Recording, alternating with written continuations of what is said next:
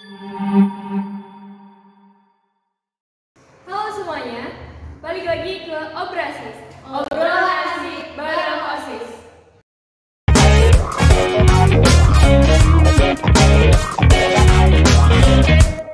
Berhubung podcast ini adalah podcast terakhir yang diproduksi oleh pengurus OSIS SMA Negeri 1 Bumiayu periode 2021-2022. So kali ini kita akan membahas tentang keseruan kita selama kita menjabat sebagai pengurus OSIS SMA Negeri 1 Bumiayu. Terus sebelumnya perkenalkan, nama saya Sylvina Diah Cahyani Umar sebagai Ketua OSIS SMA Negeri 1 Bumiayu. Dan di sini saya bersama dua orang pengurus OSIS kelas 11 yang nantinya akan melanjutkan tongkat estafet menjadi pengurus OSIS SMA Negeri 1 Bumiayu periode 2022-2023. Silakan kalian memperkenalkan. Perkenalkan, saya Niken Dwi Anggreni dari Sekolah UBN. Dan saya Anissa Salsabila dari Sekolah K3. Oke, Niken sama Anissa, seperti yang kita ketahui, kita ini udah mau purna, bakal reorganisasi. Nah, dari kalian, jujur dari lubuk hati kalian yang terdalam, kalian itu ngerasa di OSIS ini itu selama kita menjabat, OSIS ini seru nggak sih buat kalian? Menurut aku pribadi, OSIS itu sangat seru, apalagi bisa nambah pengalaman baru.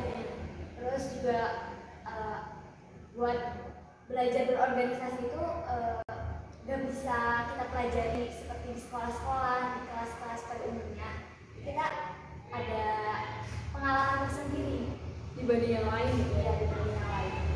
Juga bisa mendapat teman baru, keluarga baru, dan banyak pengalaman baru.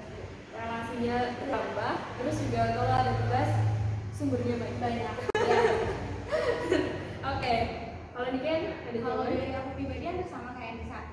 Selain buat nambah informasi, pengalaman sama yang lainnya, di OSIS juga kita dibentuk dari karakter yang awalnya kita sama sekali nggak tahu apa itu penyusunan proposal, LPJ dan lain-lain. Di OSIS kita perlahan-lahan dikasih tahu kayak ini loh proposal, ini loh LPJ, dan di situ juga jadi wadah kita buat nyari informasi yang lebih luas tentang perorganisasian. Selain itu juga keluargaannya, kehangatannya itu sangat-sangat terasa menurut aku pribadi sih. Bahkan mungkin lebih dekat sama Iya, OSIS gitu ya? daripada teman sekelas. Iya. Bisa dibilang di OSIS adalah rumah kedua setelah rumah yang di rumah. Oke, lanjut ke pertanyaan kedua nih. Setelah kalian udah jawab keseruannya dan banyak manfaat yang didapat dari OSIS, jadi setelah kalian jawab nih, kalian udah jawab tentang keseruannya, tentang benefitnya masuk di OSIS. Jadi seberapa kalian merekomendasikan organisasi ini ke teman-teman kalian yang kelas 11 dan kelas 10, terutama yang mau gabung ke OSIS? Kalau dari aku pribadi, aku sangat merekomendasikan OSIS ini ke teman-teman yang lain ya. Sesuai sama yang aku jawab tadi, bahwa OSIS itu seru, bukan kan banyak nih pandangan orang-orang bahwa OSIS itu babunya sekolah. Aku pengen mengubah pandangan mereka bahwa di OSIS kita bukan cuma yang kerja, tapi di situ juga kita bisa menggali pengalaman yang nggak bisa kita dapat di luar sana buat kehidupan selanjutnya. Menurut aku kurang lebih kayak gitu. Oke, amat sangat direkomendasikan. Jadi kita nggak cuma jadi suruhan, tapi kita yang jadi penggerak. Kita yang bikin ide, kita yang bikin konsepnya gimana, bikin proposalnya gimana, terus kita yang mengeksekusi kegiatan-kegiatan itu. Kita kasih kayak gagasan kita, ide kita Di OSIS, di tiap kegiatan di OSIS ini kita menuangkan segala yang kita punya, yang kita bisa di OSIS. Kalau Anissa sendiri? Dari aku juga sama kayak yang sangat amat merekomendasikannya, karena di OSIS sendiri juga bisa ngembangin potensi diri. Misalnya dari kamu yang tadinya pendiam gitu, jujur aja aku juga sebenarnya sebelumnya tuh agak pendiam gitu kan. Nah, tapi kalau udah di OSIS ini kita dilatih buat harus Bisa ngomong. terus bisa ngembangin ide dari pikiran kita sendiri. Itu apa ya, sangat membantu buat di kehidupan kita Yang nantinya. Iya. Tapi bukannya itu ya, bukan maksudnya bukan paksa yang dari orang-orang ayo mau enggak ya, tapi kayak dari diri kita tuh ada muncul dengan sendirinya nanti dengan seiring berjalannya waktu kita di OSIS, kita berorganisasi, akhirnya dengan sendirinya muncul rasa pede, muncul rasa bisa ngomongnya itu langsung, apalagi kalau udah kenal sama teman-teman gitu kan, udahlah akrab, bisa ngomong apa aja gitu sama teman-teman, apalagi yang dulunya kayak mungkin canggung gitu kan, mau ketemu aja cuma senyum gitu, sekarang udah hai gitu. Terus pertanyaan selanjutnya, seperti yang kita pernah dengar nih dari teman-teman atau dari siapa gitu lah yang kita temui, kadang ada yang pengen ikut OSIS, pengen ikut ke organisasi ini tapi takut karena rumahnya jauh, terus takut gak bisa bagi waktu antara pelajaran di sekolah sama pelajaran di organisasi. Itu menurut kalian gimana? Apalagi kan kalian itu rumahnya jauh, terus juga punya akademik yang bagus juga. Tipsnya itu gimana buat adik-adik kelas atau buat teman-teman yang lain yang pengen ikut ke OSIS? Kalau dari aku pribadi, kalau misalnya dalam diri kita tidak ada kemauan, tidak ada keinginan, sejauh apapun jaraknya ya pasti aku lalui gitu. Pertanyaan selanjutnya, seperti yang kita pernah dengar mungkin dari teman-teman atau pas PLS kemarin, adik kelas tanya, Kak gimana sih masuk OSIS dan apa ya, tapi takut karena rumahnya jauh dan nggak bisa manage waktu antara pelajaran di sekolah sama organisasi. Menurut kalian itu gimana? Tipsnya gimana? Apalagi kalian itu rumahnya jauh-jauh nih, kayak dari Tonjong, Anissa dari Bantar Kaung, kan nggak cukup waktu 15 menit nyampe sekolah gitu kan. Itu apa ya, apalagi kalian juga punya akademik yang bagus.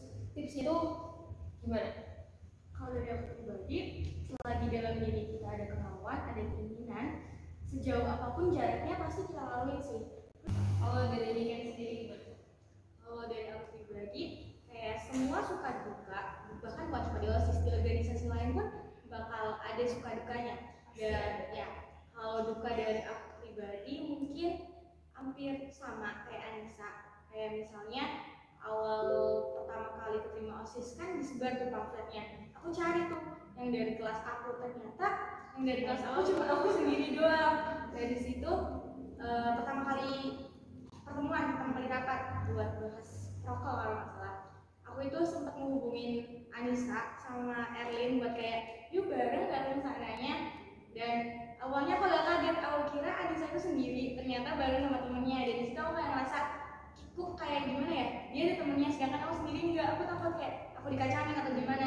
Tapi alhamdulillahnya semakin kesini, semakin berjalannya waktu, dari aku sama teman-teman yang lain, terutama kelas 12 bisa menyesuaikan gitu. Terus pandangan aku yang awalnya ke kelas 12 kayak takutnya mereka itu galak-galak kelas, terus takutnya kayak bisa ketemu apa sih, ternyata enggak, ternyata mereka itu mau gitu loh buat merangkul adik-adiknya, merangkul kita semua buat menyesuaikan diri, buat kerjasama bareng-bareng. Terus selain itu duka yang sering terjadi di setiap event tuh, yang pertama itu revisi. Kayak misalnya kita udah nyusun nih konsep sedemikian rupa, udah nyusun kayak gini, tiba-tiba Hamin satu acara sering banget kayak dari pembina itu ngomongin bahwa ada loh ini, ada ini, terus ini itu mending gak usah. Dari situ tuh melatih, sebenarnya nggak apa-apa karena itu tuh melatih kita buat kayak apa ya, lebih cepat tangkap gitu loh. Kayak misalnya kan harus kerjain sekarang kan, jadi buat kita juga melatih kita buat ngerjain suatu hal yang harus diselesaikan itu juga. Itu nggak apa buat melatih diri kita sendiri.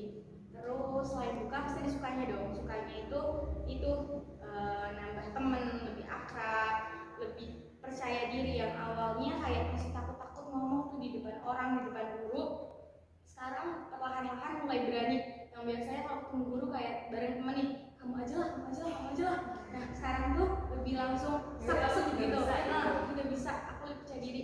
Terus lebih banyak kenal guru. Kayak misalnya kalau lewat yang awalnya sama sekali nggak kenal, tiba-tiba panggil namanya kayak Niken ya, itu suatu kebanggaan dalam diri. Apalagi bisa kontaknya sama guru, itu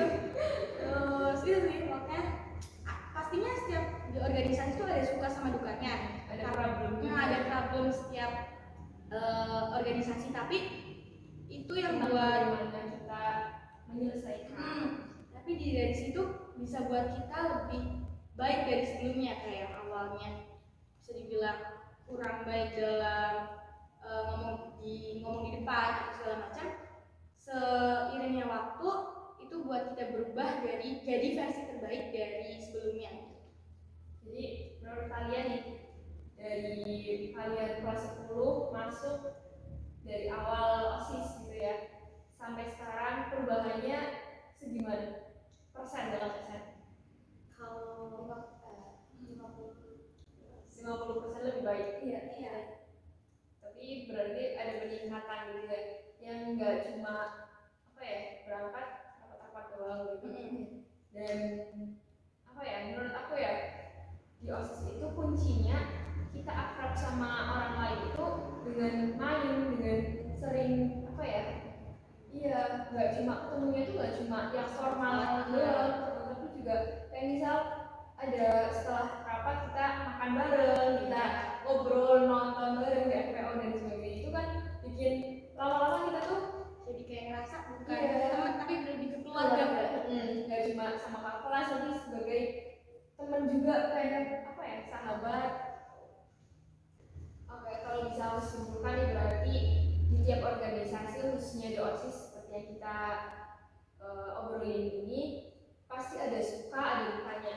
Tapi di tiap dukanya itu kita bisa memupuk hikmah, ya walaupun itu pun nggak bisa kita rasakan secara langsung ya, kayak nggak kelihatan dari yang awalnya misal merah jadi biru nggak gitu kan, tapi kita setelah beberapa bulan ternyata dari awalnya pendiam, dari awalnya malu, semakin berjalannya waktu, oh iya berarti aku tuh bisa ngomong di depan umum, aku bisa ngerjain proposal yang dengan waktu yang singkat, bisa bikin rundown, bisa bikin acara seru, semeriah yang di luar dugaan gitu kan. Apalagi kalau acaranya itu benar-benar apa ya,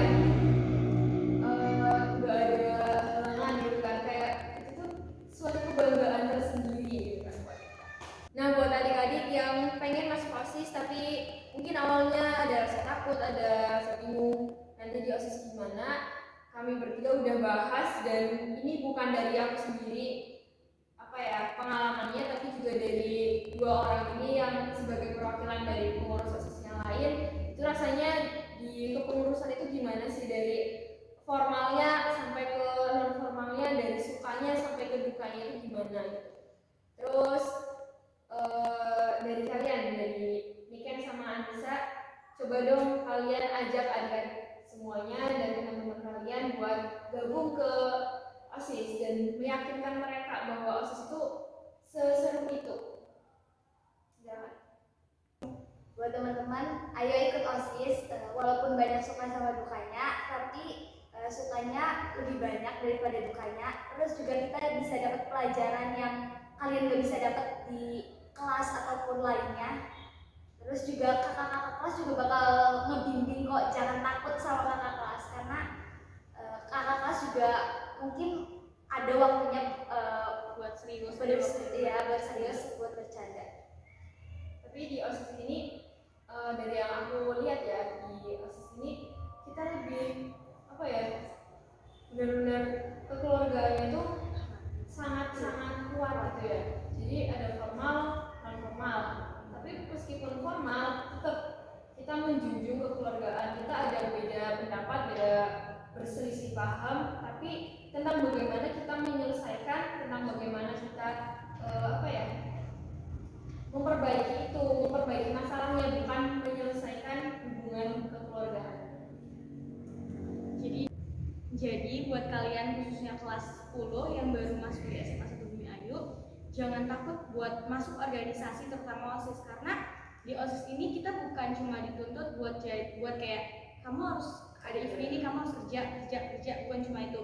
Kita juga dapat pengalaman yang luar biasa yang nggak bisa kita dapetin di lingkungan luar gitu. Kayak misalnya kita dalam kelas, kita nggak mungkin dong diajarin gimana sih caranya public speaking, gimana caranya bikin rundown, gimana caranya nyusun acara dan segala macam. Kita nggak bakal dapetin itu. Tapi di OSIS, di sebuah organisasi, kita kita bakal dapetin itu.